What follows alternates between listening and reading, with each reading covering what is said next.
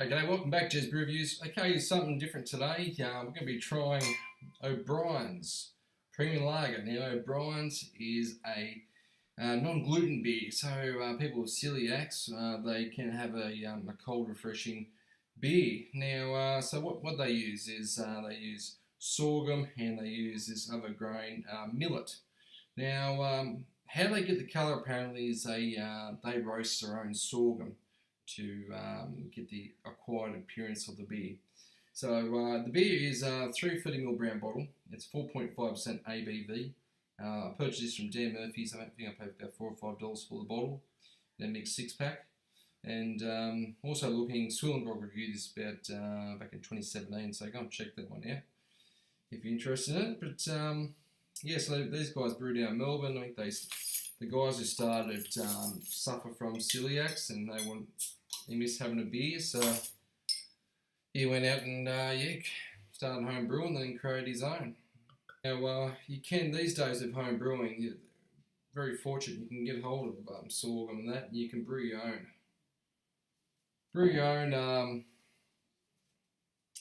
Non-gluten beers. Okay, appearance wise, a straw appearance to the beer. You got one finger of a pretty white head. So looks very beer-like in the glass, that's for sure. The smell. Okay, yeah, the smell reminds me of a non-alcohol beer. That's the first. I had a fair bit of those in my time, and that's what it reminds me of. Yeah, very much. Well, it's a bad aroma. It's just the aroma of the beer, but yeah, no, it smells right. It smells refreshing enough. So yeah, looks alright. Smells alright. Let's taste it. Cheers. Actually crafted O'Brien Premium Lager. Okay, first mouthful of O'Brien's Lager is the flavour is different, and now they talk about you get a bit of smoke, and this is from from roasting their own sorghum. It has put a bit of a smoky flavour to the beer, and straight up, that's what I've tasted. A little bit of smokiness, not something you expect in a pale beer like this. Okay, so there's pretty much no bitterness to speak of. The body is very light because it hasn't used barley or wheat. And they give a lot of body to the beer. And I know Swillengrog mentioned in his review about how the bodies are like an Australian light lager. Light lager meaning low ABV, be something around the 2.4%. That is exactly the body you pick up in this beer. Saying that, the flavour is pretty mild and it's somewhat inoffensive.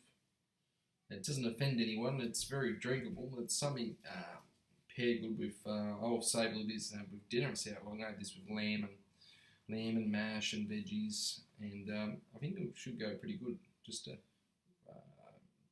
light, refreshing beer. And such a hard process too. You try and make a drinkable beer not using barley and wheat malt. I tell you what, it's bloody tough. These guys would have, they would have spent, they'd invest a lot of money in the gear to produce this beer. You just don't start up a non-gluten brewery. It's a lot involved. It's definitely a lot harder. And these beers so light tasting, anything that's off will really stand out flavour-wise. So it's got its own little flavour. Like I said, the taste reminds me of something like a non-alcoholic beer, so to speak, with a little bit of smoke and somewhat dry and finish, but such a light body. The body is probably if you're not a celiac sufferer, and you probably there's no reason why you'd buy this, So you'd stick to if you can have barley and wheat malt, you drink that. But for what it is and the purpose it serves, it's pretty well made.